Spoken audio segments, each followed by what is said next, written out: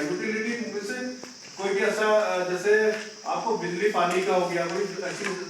है, रेल सेवा हो गई, बस सेवा हो गई, कोई हॉस्पिटल संबंधी, आपने कोई इंश्योरेंस लिया है, इंश्योरेंस का क्लेम आपको समय समय पे अपने जो है वो अपनी जो ईएमआई डाली है उसमें, और पूरी तरीके से मैच्योरिटी के टाइम पे इंश्योरेंस कंपनी कहती है कभी कुछ ऐसी दिक्कत करती है, कभी कुछ करती है, कहीं भी आपको ऐसा इस तरीके का होता है ऐसा, तो वहां पर परमानेंट लोक अदालत, स्थायी लोक अदालत में आपका को जो है किया जाता है आपको। और इसमें सबसे कम समय पे होता है, इसमें 1 महीने से 3 महीने तक के आपका केस का निस्तारण किया जाता है। माना आपका जो है बिजली का बिल है वो 500 रुपए आना है हर महीने के इसी बिल का, अब आप वो आपका मतलब 2000 आ गया, 10,000 रुपये आ गया, आप क्या कर सकते हैं, सबसे पहले वो एसडीओ से बोलेंगे, वो सबमिटर लगाएगा कि ये जेन्युइन है, प्रॉब्लम नहीं है, वहां से आपकी प्रॉब्लम सॉर्ट नहीं होती है तो आपको स्थायी लोक अदालत के माध्यम से भी आपकी ये प्रॉब्लम सॉर्ट होती है ना। तो इसी तरीके से हॉस्पिटल संबंधी, शिक्षा के क्षेत्र के संबंधी, यूटिलिटी संबंधी, मतलब कोई भी ऐसा सेवा जो संबंधी जो होती है, सफाई अगर आप टाइम टू टाइम दे रहे हैं वहां पर आपको कोई इस तरीके का होगा, बैंकिंग संबंधी, बैंक में भी कोई ऐसी प्रॉब्लम आती है, कुछ आती है, तो वहां पर भी स्थायी लोक अदालत के द्वारा आप लोगों का केस से निस्तारण किया जाता है। और इसमें सबसे अहम बात यह होती है कि आपको किसी वकील की, किसी एडवोकेट की, किसी पैनल अधिवक्ता की जरूरत नहीं पड़ती है, आप अपना वकील संविधान की धारा के हिसाब से खुद बन सकते हैं। सबसे इम्पोर्टेंट बात बता रहा हूँ,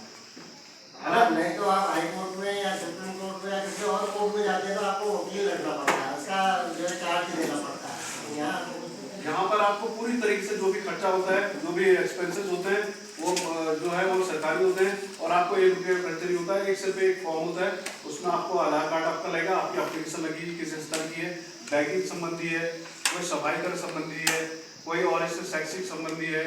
या हॉस्पिटल संबंधी है, इस तरीके का कोई घटनाएं होगी, या कोई आप दर्शन संस्थान से संबंधित होगी, कोई भी इस तरीके का यूटिलिटी में सेवाएं जो भी होती है, उसमें जो भी केसों का निस्तारण स्थायी लोक अदालत के माध्यम से किया जाता है। तो यहाँ पर कभी इस तरीके की घटनाएं होती है, अभी बीच में देखा होगा आपने खपड़िया मेरे गाँव में कोई लड़की थी, उसकी शायद ऐसी कोई प्रॉब्लम आई थी शायद, वो मैंने उसमें भी देखा था, तो उसमें कि उसने समय पूरा बिजली का बिल पूरी तरीके से जमा करा, उसकी लाइन काट ली थी, कोई ऐसी लड़की थी बेटा, कोई ऐसा था जिसका वीडियो हुआ था इस तरीके। हाँ, जो भी था, कहने का मतलब है तो स्थायी लोक अदालत के द्वारा आप लोगों को कोई भी यूटिलिटी संबंधी जो समस्याओं का समाधान किया जाता है, और इसमें शॉर्ट टर्म में आपको क्या जाता है, इसमें ज्यादा समय नहीं लगता है।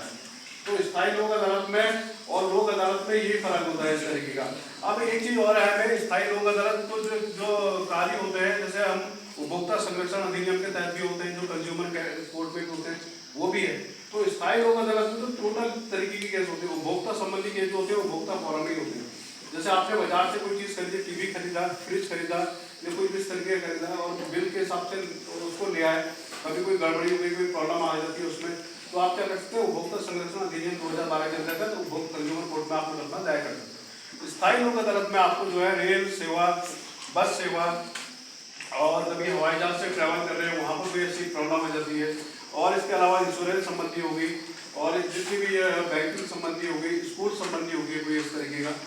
या इसके अलावा और आपके जैसे डॉक्यूमेंट्स है ना, आय प्रमाण पत्र, जाति प्रमाण पत्र, स्थायी निवास बन रहा है, और उसका कहीं आपको दिक्कत आ रही है तो उस मामले को भी आप आ सकते हैं। हाँ, तो आप लोगों की मुख्य समस्या यही रहती है कि आप लोगों के सर्टिफिकेट जो समय पर नहीं बन पाते हैं तहसील लेवल से, या तो वहाँ भी आप लोग हमारे पास आ सकते हैं, लीगल एड ऑफिस पे विकास भवन में, वहाँ पर भी आप लोगों को एक मार्गदर्शन रूप करेंगे, आप बता सकते हैं आपको करके ऐसा है, ये है, ये लीगल एड ऑफिस का हमारा काम होता है। अलग तरीके से सरकार की जो सेवाएं होती है उनको बेनिफिट पहुँचाना, वो भी हम लोगों का काम होता है। तो स्थायी लोक अदालत जो है सबसे अहम होती है, इसमें आप लोग को कोई पैनल अधिवक्ता की जरूरत नहीं पड़ती है, खुद अपने एक साधन, और सबसे कम समय पे इसका ये जो है केसों का निस्तारण किया जाता है। कोई भी ऐसा माना कोई आपका जैसे डाक सेवा है, डाक सेवा की कोई प्रॉब्लम है, आपका जल्दी से अर्जेंट डाक कहीं पहुँचती थी, वो पहुँची 6 महीने बाद, 8 महीने बाद, आपका जो है कोई एग्जाम जो है वो पोस्टपोन हो गया, या कुछ इस तरीके का हो गया, तो गलती किसकी है,